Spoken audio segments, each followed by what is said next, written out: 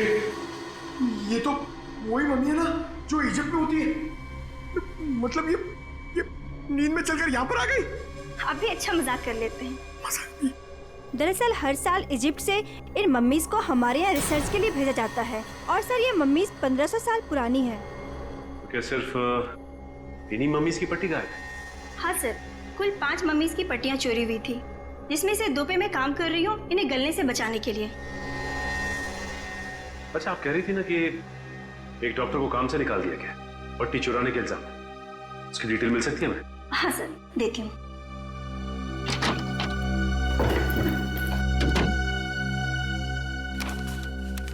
ये है sir mister ज्ञान। इन्हें काम से निकाल दिया गया।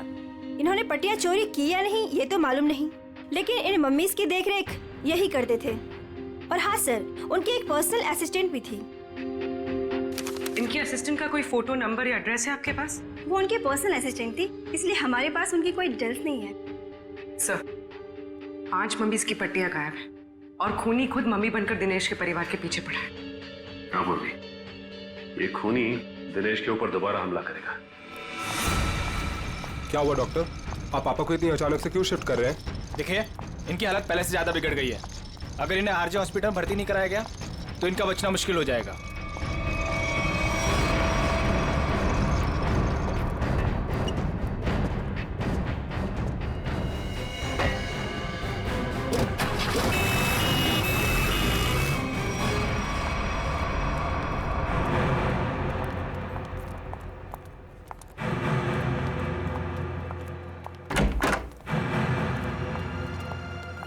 दिनेश जी तो कहीं दिखाई नहीं दे रहे यहाँ पे। वही तो, चलो देखते। अरे डॉक्टर साहब। हाँ जी, ये पेशेंट मिस्टर दिनेश कहाँ है? हाँ जी, उनको तो डिस्चार्ज दे दिया है। क्या मतलब तबीयत सुधर गई थी उनकी? नहीं, तबीयत तो नाजुक ही थी, पर उनके परिवार वालों को शायद भरोसा नहीं था कि उनका यहाँ अच्छा इलाज होगा। तो उन्होंने दूसरे डॉक्टर को फोन किया और वो यहाँ से दूसरे हॉस्पिटल ले गए। कौन से hospital? RJ hospital. RJ hospital, उसका नंबर तो होगा ना यहाँ पर? हाँ जी, रिसेप्शन पे होगा। चलिए आइए बात करा देता हूँ।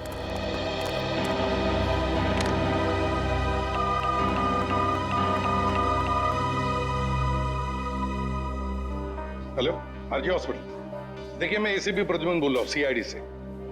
आपके हॉस्पिटल में अभी अभी एक पेशेंट एडमिट हुआ है। दिनेश नाम है उनका। नहीं हुआ है?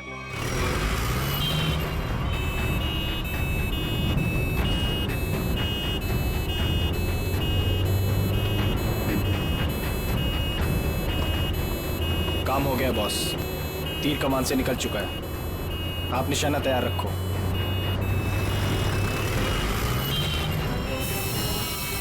अरे धुआं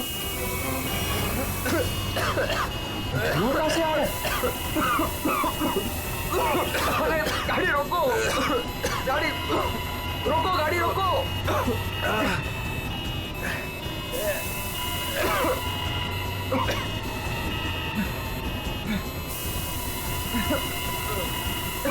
धुआं बढ़ते ही जा रहा है ये।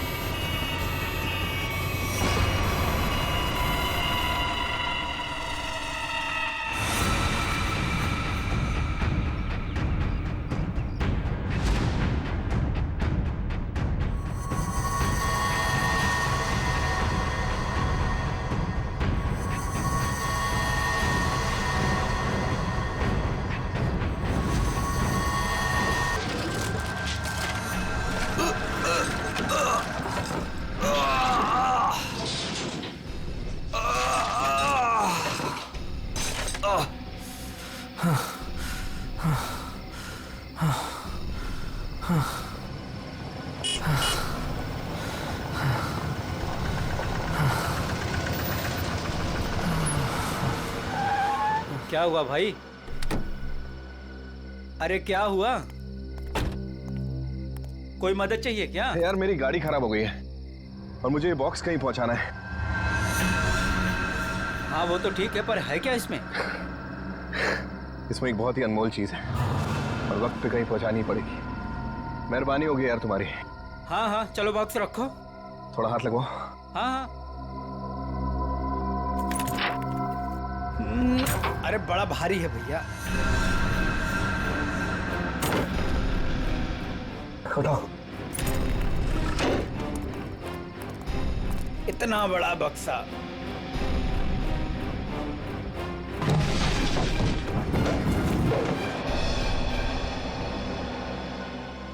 ये एड्रेस है, इस बक्से को इस जगह छोड़ देना। क्या मतलब है, आप नहीं आ रहे हो? एक मिनट, ये कुछ पैसे रखो, इसे सही जगह पहुंचाओ। बक्सा उतारिए। हाँ? मैंने कहा ना बक्सा उतारिए। अरे मुझे नहीं करनी आपकी मदद। अरे बेवकूफ समझा आपने? हाँ, बक्से में क्या है क्या नहीं है। तुम ये सब रखो यार, लेकिन टाइम पे बक्सा जिस एड्रेस पे बोला है वहां पहुंचा देना। हाँ देखिए, मेरी एक शर्त है, बक्सा खोल के देखूंगा मैं। अरे यार। क्या है क्या नहीं है इसमें। सुन मेरी बात सुन, मेरी नौकरी चली जाएगी, इसे मैं नहीं खोल सकता। बस पास में तो जाना है, प्लीज लेके जाओ ना यार। ठीक है भाई, भरोसा करता हूं मैं। इंसान इंसान के ही काम आता है।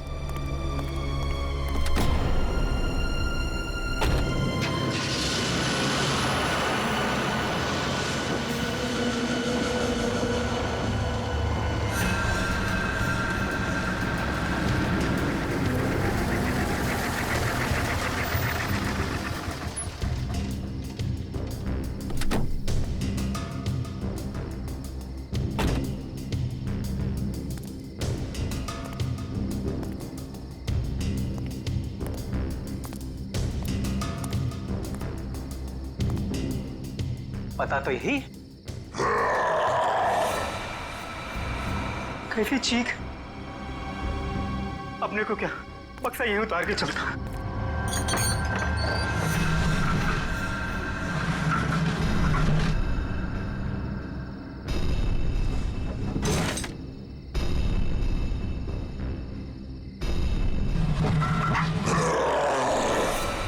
बक्से में से चीख। हे भगवान।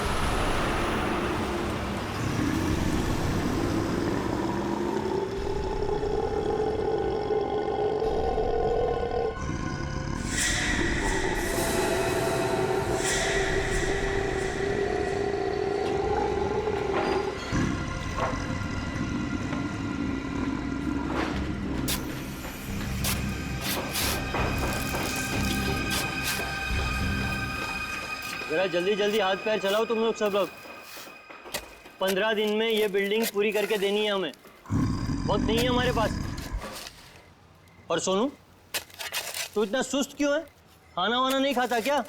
चल जल्दी काम कर। कौन है वहां पे? मैंने पूछा कौन है वहां पे? अभी तो बिल्डिंग का काम भी खत्म नहीं हुआ है और अभी से बिल्डिंग टूटने लगी।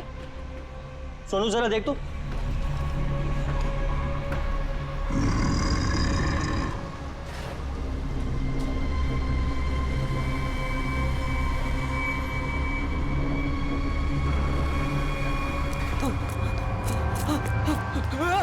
भागो, सब भागो ऐसे। सोनू, वरना सब मारे जाओगे। सोनू हुआ क्या? सब। अरे हुआ क्या?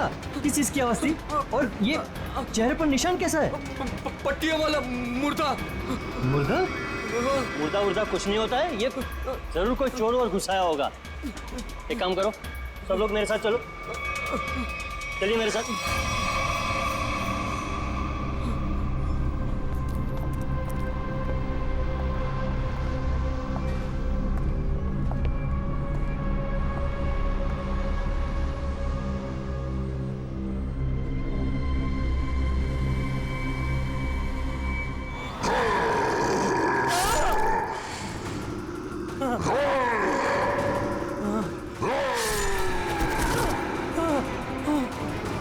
भागो।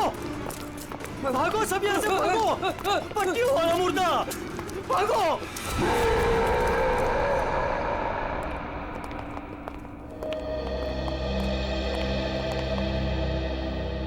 सर, मैंने और मजदूरों ने मिलकर एक फैसला किया है।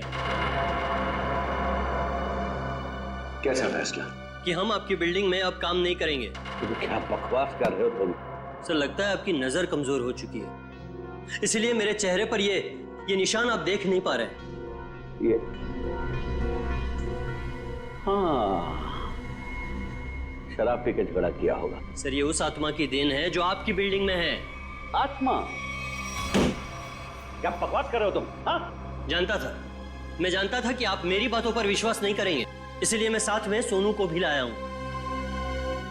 सोनू,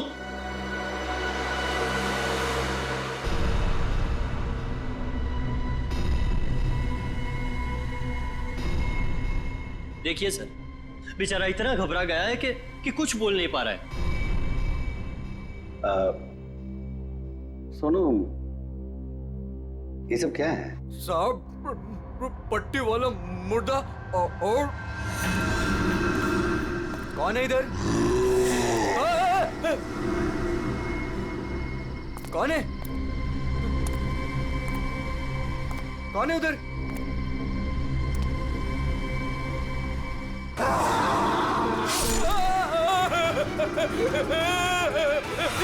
मुझे लगता है कि तुम सब लोग काम कम और नशा ज्यादा करते हो, तभी ऐसी बहकी बहकी बातें कर रहे हो। सर, अगर हमारी बातों पर यकीन ना हो तो कोई दूसरे मजदूर रख के क्यों नहीं देख लेते? जब वो अपनी आप बीती सुनाएंगे तब तो आपको विश्वास हो जाएगा ना। बिल्कुल रख लूंगा। इस शहर में मजदूरों की कोई कमी नहीं है। इस शहर में काम की भी कोई कमी नहीं है।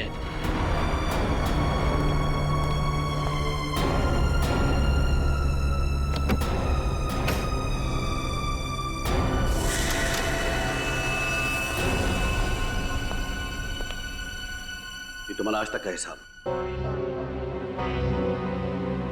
और एक बात याद रखना कि इस बिल्डिंग में मेरे और मेरे इन्वेस्टर्स के करोड़ों रुपए लगे हैं। तो तूने बाहर जाकर इस बिल्डिंग के बारे में कोई बकवास की या कोई झूठी अफवाह भी फैलाई तो फिर मुझसे बुरा कोई नहीं होगा। दिनेश, पैसे कोई पेड़ पे नहीं उगते, समझे? हाँ, और हम तुम्हारे फाइनेंसर हैं, कोई एटीएम मशीन नहीं कि जब दिल में चाहा कार्ड डाला और पैसे ले लिए। देखिए, आप लोग बेवजह भड़क रहे हैं। बेवजह? तुमने कमिटमेंट किया था, अब तक बिल्डिंग तैयार हो जाएगी, क्या हुआ? हाँ चंदू, मैं बिरयानी बना रहा हूँ, कोई 2 मिनट में बनने वाला बर्गर नहीं। जब आप लोग बिल्डिंग की क्वालिटी देखेंगे तो आप लोगों को खुद ब खुद ये एहसास हो जाएगा कि आप लोगों का पैसा बिल्कुल सही जगह लगा है। हाँ, पता चल रहा है कि इन्वेस्टमेंट कहाँ पर हो रहा है।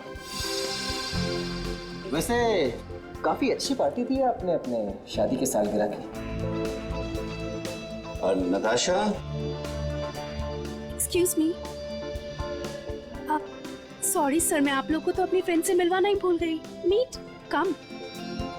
She is Tina, Swati. बस हमें किसी से नहीं मिलना। दिनेश, इस बार अगर तुमने जबान पलटी ना, 15 दिन मतलब 15 दिन, दैट फाइनल। हाँ, 15 दिन पक्का। और हाँ, 15 दिन से ज्यादा हुआ ना तो तुम्हारा घर और भाभी जी के गहने बेच करके अपने पैसे हम लोग वसूल लेंगे, समझा? अरे पक्का कहाँ? दिनेश, सुनो ना। एक्सक्यूज मी, आपकी भाभी बुला रही है। मन से, एक्सक्यूज मी। जल्दी आइए ना। क्या है? दिनेश, देखिए ना, मार्केट में नया हार आया है, आप कभी लेकर देंगे मुझे ये? बस हार और गहने, इन चीजों के अलावा तुम्हारे लिए और कोई चीजें इंपॉर्टेंट है ही नहीं।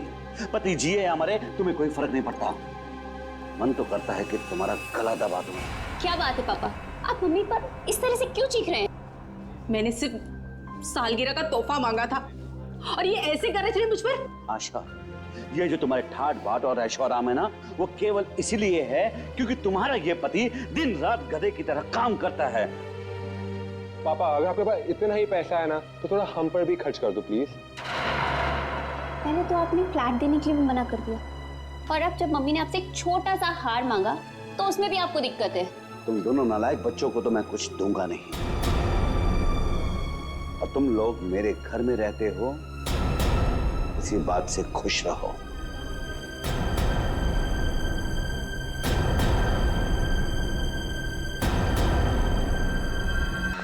नहीं चाहिए मुझे नकली जेवर।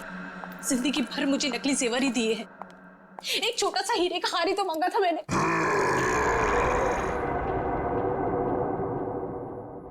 कौन कौन है वहां? कौन है वहां? कौन है वहां?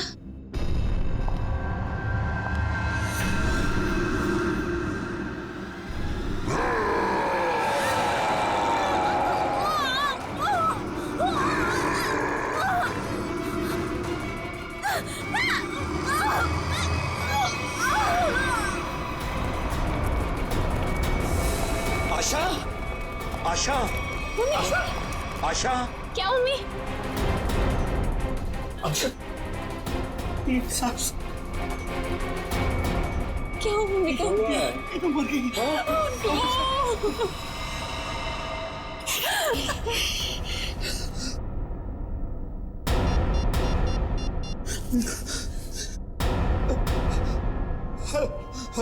Hello, CID.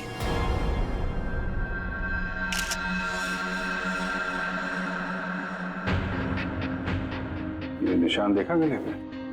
हाँ सर, लगता है काफी जोर से गला दबाया खूनी ने। ये जो नेकलेस है ना, इससे पकड़ के घसीटा है, तभी निशान इतने गहरे हैं। शायद बिल पाइप के टूट जाने से मौत हो गई इनकी।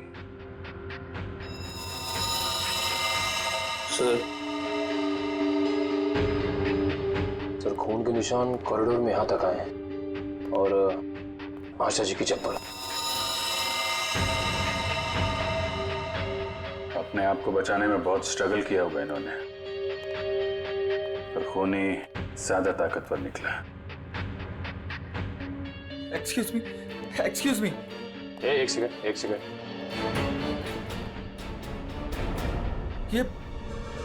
ये सब कैसे हो गया सुलेखा? आज तो इतना शुभ दिन था, शादी के सालगिरह वाले दिन। आपकी तारीफ? जी मैं सुलेखा का हस्बैंड। अच्छा, तो आशा जी आपकी सास थी? जी। सास ससुर की एनिवर्सरी पार्टी में आप काफी लेट नहीं आ रहे हैं? वो बिजनेस मीटिंग में फंस गया था, इसलिए लेट हो गया। बस अभी अभी पहुंचा हूं। ठीक है, इधर आ जाइए आप। दिनेश जी, आपको किसी पे शक है?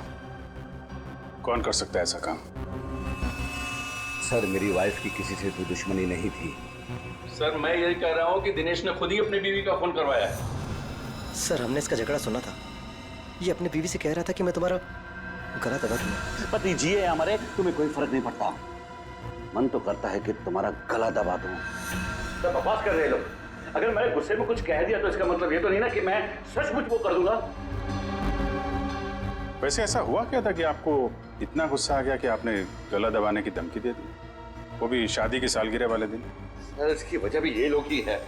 ये मेरे इन्वेस्टर्स हैं और मुझे एक एक पाई ऐसे देते हैं जैसे मुझ पर एहसान कर रहे हैं। तुम लोगों की मैं एक एक पाई चुका दूंगा, वो भी ब्याज सहित, समझे? तो दे दो ना। एक मिनट, बिजनेस की बातें मत कीजिए। यहाँ पे खून हुआ है।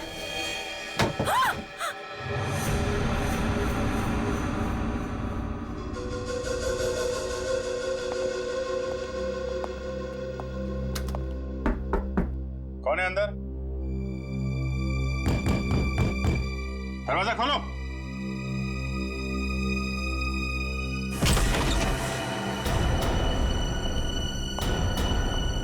ओह माय गॉड, कौन है ये? सुनिए। छोटो, कौन हो तुम हैं? और यहाँ क्यों चुप के बैठी हो? मुर्दा पट्टियों वाला मार डालेगा। सर, डरी हुई है, ऊपर से जख्मी भी। आप देखो, आप बिल्कुल घबराइए मत। हम लोग सीआईडी से हैं। आपका नाम क्या है? कोमल। कोमल? कोमल, आप यहाँ क्यों चुप के बैठी थी? वो पट्टियों वाला मुर्दा बाहर घूमते हुए देखा। पट्टियों वाला मुर्दा?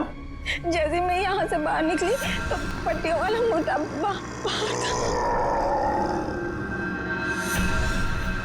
अच्छा ठीक है, तुम वो जो भी पट्टियों वाला मुर्दा था उसका स्केच बनवा सकती हो? हाँ। Very good. स्केच आर्टिस्ट को बुलवाओ और इस घर का कोना कोना छान मारो, देखो खूनी के बारे में कुछ सुराग मिलता है क्या। जाओ।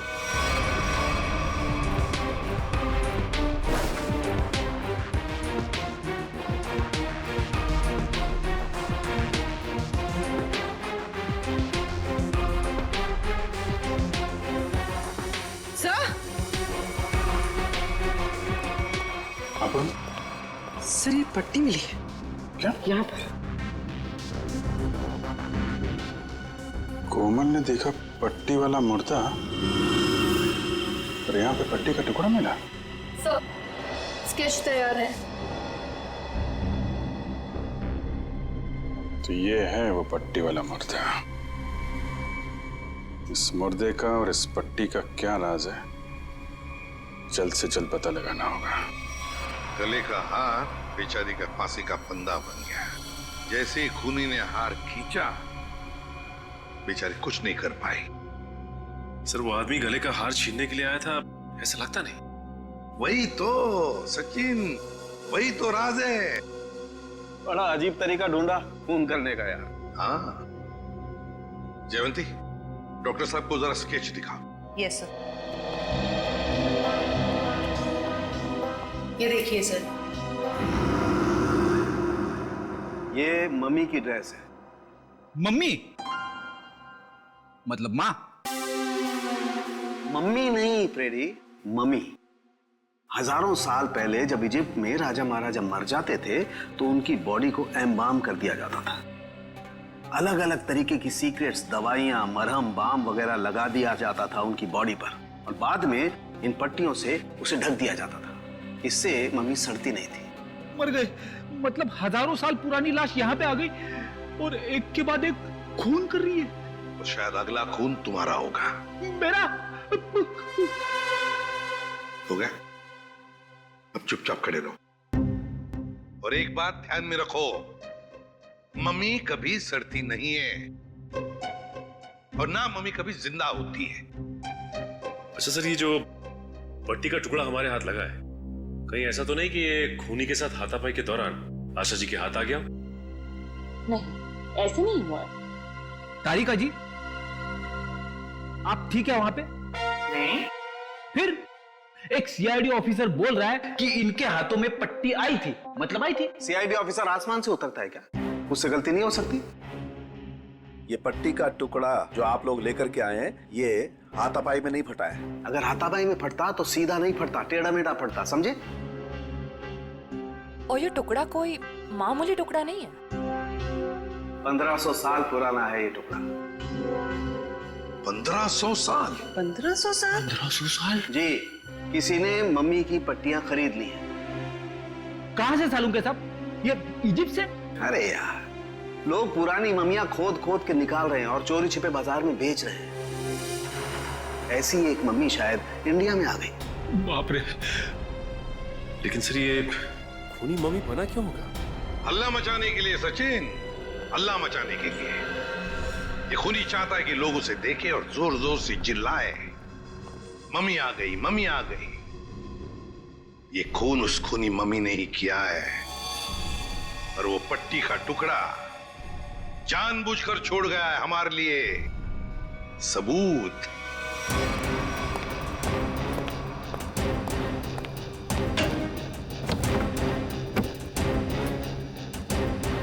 आज तो मैं इस मम्मी का काम तमाम कर दूंगा।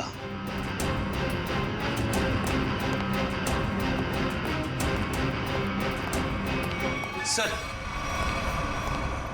ये सोनू है, दिनेश की बिल्डिंग में काम करता है। अच्छा, सोनू साहब कोई पैसा वैसा नहीं था दिनेश साहब के पास, कंगाल थे वो। एक मिनट, कंगाल थे वो, कोई पैसा वैसा नहीं था दिनेश साहब के पास, क्या मतलब क्या है? नहीं साहब, वो तो सर से लेकर पांव तक कर्जे में डूबे हुए थे और उस बिल्डिंग की वजह से। और जब से उस पट्टी वाले मुर्दे ने हम लोगों पे हमला किया है, उस बिल्डिंग का काम भी बंद पड़ा हुआ है। पट्टी वाले खूनी ने तुम पर हमला किया? तुम पर? सर, कहीं ये वही तो नहीं जिसने आशा जी का भी खून किया? हो सकता है, बिल्कुल हो सकता है। वैसे वो पट्टी वाला खूनी दिखता कैसे है? सर पट्टियों में लिपटा हुआ, एकदम सड़ा सा मुंह, चेहरे पे खून लगा हुआ था जैसे उसको कोई चोट लगी हो। मतलब उसकी सर आवाज भी बहुत अजीब सी थी, उसकी सर आवाज भी।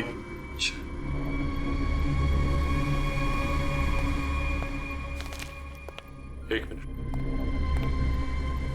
क्या वो ऐसा दिखता था? हाँ साहब, ये तो था वो। चलो ठीक है, तुम जा सकते हो। अगर जरूरत पड़ी तो हम तुम्हें फिर से बुला लेंगे। सर, ये जो कोई भी आशा जी का खून करने के लिए आया था, या तो पहले से मम्मी बन के आया था, या फिर पार्टी में आने के बाद उसने अपना हुलिया बदला है। सर, काम करते हैं, पार्टी का फुटेज देखते हैं।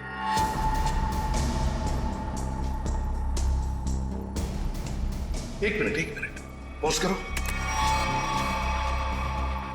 ये देखो, ये है ना महेश, आशा जी की बेटी सुलेखा का पति महेश। हाँ सर, लेकिन ये तो कह रहा था कि आशा जी की मौत के बाद आया था ये पार्टी में। झूठ बोला हमसे, वो झूठ बोला। जयवंती सर, फोन करके बुला लो उसे अभी, इसी वक्त।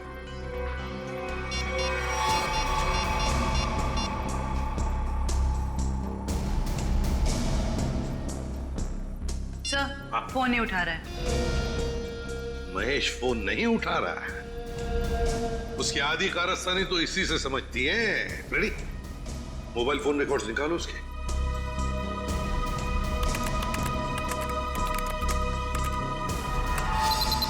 सर, ये रहे महेश के फोन कॉल रिकॉर्ड्स।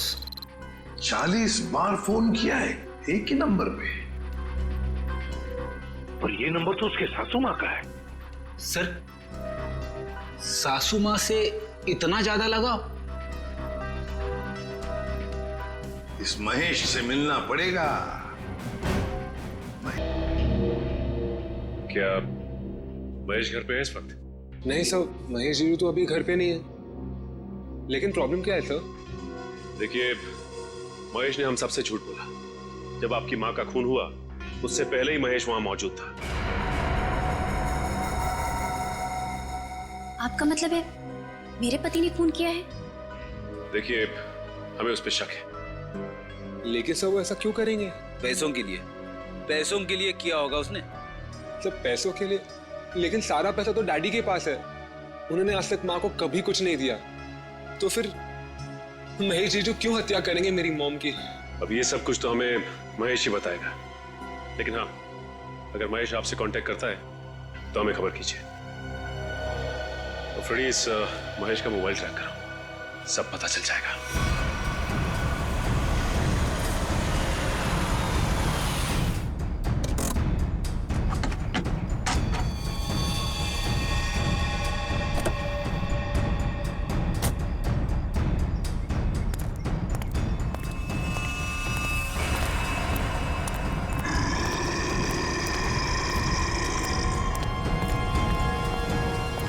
आज ये पट्टियों वाला मुर्दा मिल जाए बस।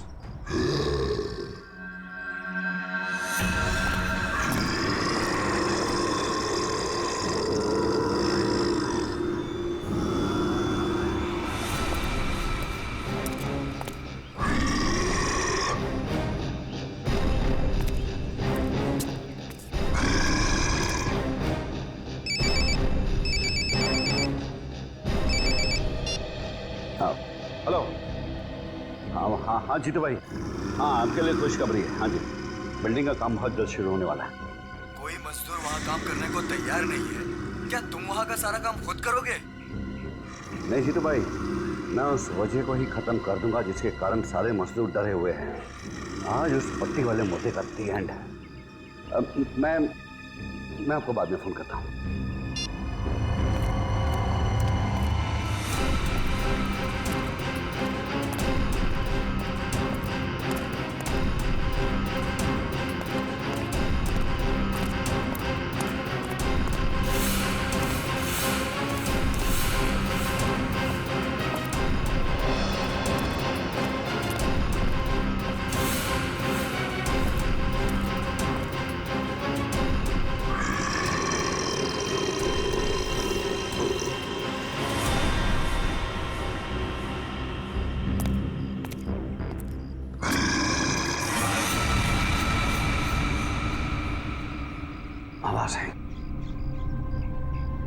यहीं से आवाज आई, पट्टियों वाले मुर्दे, आज तू बचेगा नहीं, आज तुझे छोड़ूंगा नहीं मैं। गोली मत चलाना। तो तू ही ये सब कुछ कर रहा है और तूने ही आशा को भी मारा। नहीं, मैं ऐसा क्यों करूंगा? मैंने नहीं मारा। तू यहाँ क्या कर रहा है? मैं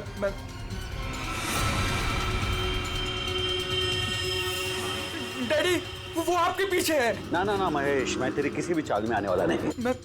मैं सच कह रहा हूँ, वो पट्टी वाला मुर्दा आपके पीछे ही है।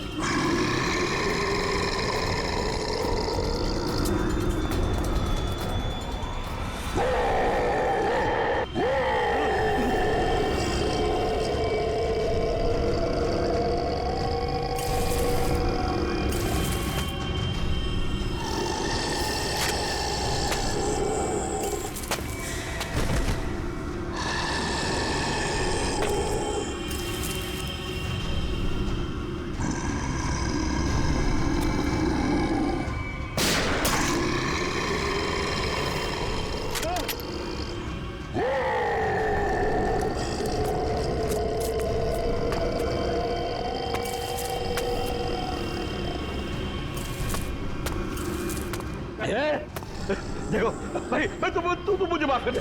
मुझे क्यों मैं पीछे कुछ भी नहीं है। देखो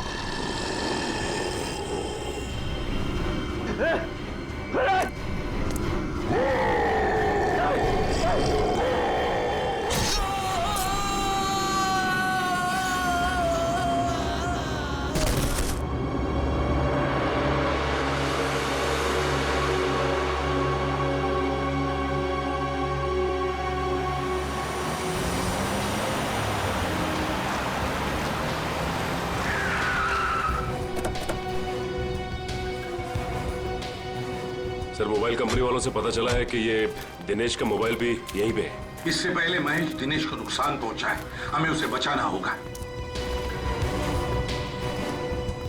अरे सर, दिनेश। चलो देखते हैं।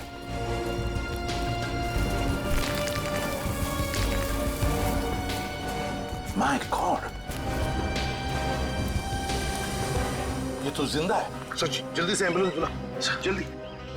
फ्रेडी, जयवंती, देखो आसपास। Yes sir.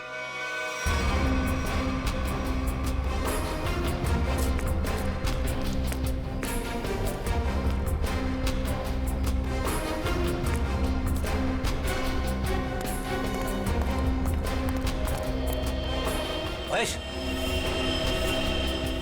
सर। हाँ फ्रेडी, क्या हुआ? सर, महेश बेहोश है। महेश, महेश। सर, हाँ? ये गन पड़ी हुई थी यहाँ पे। सर, हम तो सोच रहे थे कि इन सब के पीछे ये महेश है, लेकिन ये तो खुद ही बेहोश पड़ा है।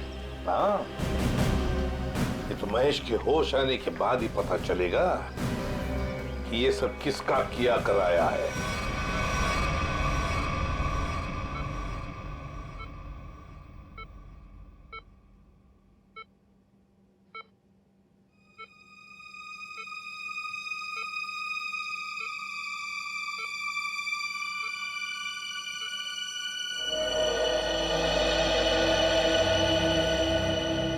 डॉक्टर साहब, अब कैसी तबीयत है मेरे पापा की? फिलहाल इनकी तबीयत नाजुक है, अभी कुछ भी कहना मुश्किल है। 48 घंटे ऑब्जर्वेशन में रखेंगे, फिर देखते हैं क्या करना है। Okay, excuse me. मैं कभी सोच भी नहीं सकती कि मेरा पति इतना घिनौना मुजरिम निकलेगा। पहले तुमने मेरी माँ को मार दिया और अब मेरे पापा पे तुमने हमला किया। ये तुम क्या कह रहे हो सुलेखा? तो मैंने ऐसा कुछ भी नहीं किया है, मैं निर्दोष हूँ, बेकसूर हूँ। मैं हर मुजरिम यही कहता है कि उसने कुछ नहीं किया, वो निरपराध है। लेकिन सारे सबूत उसी आदमी की तरफ उंगली उठाकर कह रहे हैं कि ये इस आदमी ने किया है, और वो आदमी है तुम। लेकिन सर, आपके पास ऐसा कौन सा सबूत है जो ये साबित करता है कि खून मैंने किया है। एक हो तो बताए। सबसे पहले तो तुमने हमसे झूठ बोला कि तुम पार्टी में देर से गए, लेकिन सीसीटीवी फुटेज साफ साफ दिखा रही है कि तुम पार्टी में पहले ही मौजूद थे, आशा जी की मौत से पहले। सबूत नंबर 2, 3 दिनों में 40 फोन किए तुमने आशा जी को, जबकि तुम उन्हीं के घर में रहते थे। इतने सारे फोन कॉल करने की वजह? और जिस वक्त क्राइम सीन पर दिनेश जी मिले उस वक्त सिर्फ एक ही आदमी मौजूद था, वो तुम थे। मैं डर गया था सर, डर गया था। दरअसल बात यह है सर कि मैं नया बिजनेस चालू करना चाहता हूँ और जिसके लिए मुझे पैसों की जरूरत थी, और मैं चाहता था कि वो पैसे मुझे सासू माँ जी दे दे। बस सर इसीलिए मैं उन्हें बार बार कॉल कर रहा था, और कोई वजह नहीं है सर। तो इनके कहने का मतलब है कि ये पार्टी में पैसे मांगने के लिए गए थे आशा जी से, है ना? हाँ सर, उस दिन मैंने देखा कि ये लोग बिजनेस के लिए मुझे पैसा नहीं दे रहे और सासू माँ को लाखों करोड़ों के गहने दिए जा रहे। और तुमने गुस्से में आकर मार डाला आशा जी को? नहीं, मैंने उन्हें नहीं मारा। मैंने कहा ना, मैं उनसे पार्टी में बात करने गया था, पर मेरे बात करने से पहले ही उनका मर्डर हो चुका था। नहीं महेश जी, कौन विश्वास करेगा तुम्हारी इन बातों पर? पहले तुमने आशा जी को मारा, फिर दिनेश जी के पीछे पड़े, और वो भी कहां पर? अंडर कंस्ट्रक्शन बिल्डिंग में। ये गलत इल्जाम है। मैं वहां पर उनसे भी बात करने गया था, मैंने नहीं मारा। ऑफिस में नहीं जा सकते थे, घर में नहीं जा सकते थे? उनसे बात करने में ऑफिस ही गया था, पर जब मैं ऑफिस पहुंचा सर तो वो निकल चुके थे अपनी साइट पे सर, इसीलिए मैं साइट पर चला गया। पर जब मैं साइट पर गया तो सर मैंने देखा कि एक पट्टी वाले मुर्गे ने उन्हें धक्का दे दिया वहां से सर। आशा जी और दिनेश जी पर मम्मी ने हमला किया? हाँ सर। पंकज, ये तो उस आदमी ने किया जो दुनिया को दिखाना चाहता है कि ये किसी इजिप्शियन मम्मी ने खून किया है। पर वो हमारे परिवार के पीछे क्यों पड़ा है? डॉक्टर साहब कह रहे थे ना कि इस तरह की पुरानी और महंगी पट्टियां आसानी से नहीं मिलती। सचिन, सेंट्रल स्टेट लेबोरेटरी से पता लगाएंगे कि पट्टियां कहां से और कैसे मिली है।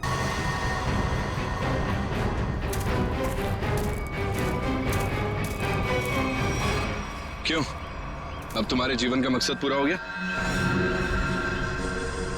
हाँ, पिछले 10 साल से मैं इसी दिन के तो सपने देखती आई हूँ, और देखो आज मेरा सपना पूरा हो गया। नहीं, सीआईडी के रहते अपराधियों के सपने कभी पूरे नहीं होते। सीआईडी? क्यों डॉक्टर ज्ञान? पेशा डॉक्टर का और काम एक अपराधी का। देख क्या रहे हो? उड़ान सीआईडी वालों को।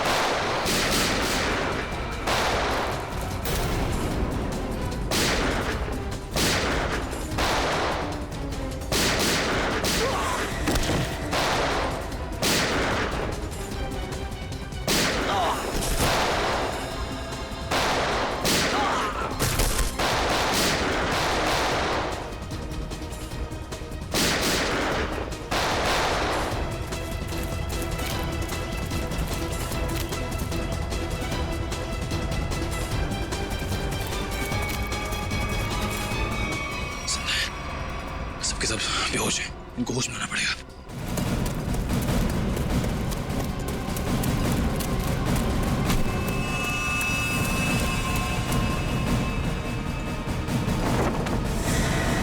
तुम जिंदा लोगों को मम्मीफाई करी थी ना? मैं तुम्हें सिखाती हूँ मम्मीफिकेशन किसे कहते हैं। अपराधियों को मम्मीज बनाने का काम हम करते हैं।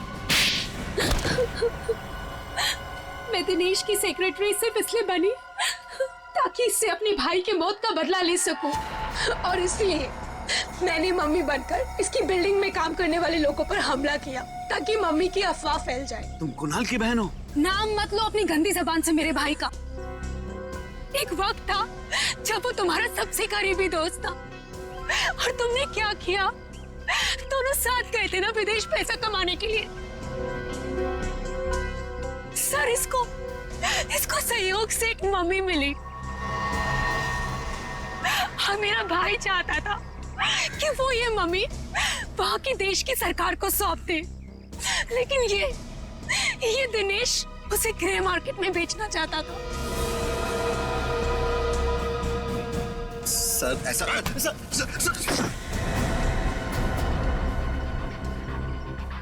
जब कुणाल ने कहा कि वो पुलिस के पास जाएगा तो मैंने उसे मारकर जमीन में गाड़ दिया और मम्मी बेचकर अमीर बन गया। वाह, बहुत अच्छा काम किया तुमने। पैसों के लालच में तुमने दोस्ती को जमीन में गाड़ दिया। मुझसे गलती हो गई सर, मुझे माफ कर दीजिए आप। अब ये तो समझ में आ गया कि तुमने नताशा को नौकरी पे इसलिए रखा क्योंकि तुमने कुणाल की बहन को देखा नहीं था। अगर ये बात समझ में नहीं आई कि डॉक्टर ज्ञान इस सब में तुमने इसका साथ कैसे दिया? मैंने ये सब पैसे के लिए किया। पैसों के लिए अपराध के दलदल में कूद गए तुम। और नताशा, तुम्हें पता कैसे चला कि तुम्हारे भाई का खून इस दिनेश ने किया? जब कई दिनों तक भैया की विदेश से कोई खबर नहीं आई तो मैं उनका पता लेने के लिए इसके घर गई थी और वहां मैंने सुना कि अपनी बीवी को बता रहा था कि किस तरह इसने मेरे भाई का खून कर दिया और उसे जमीन में गाड़ दिया।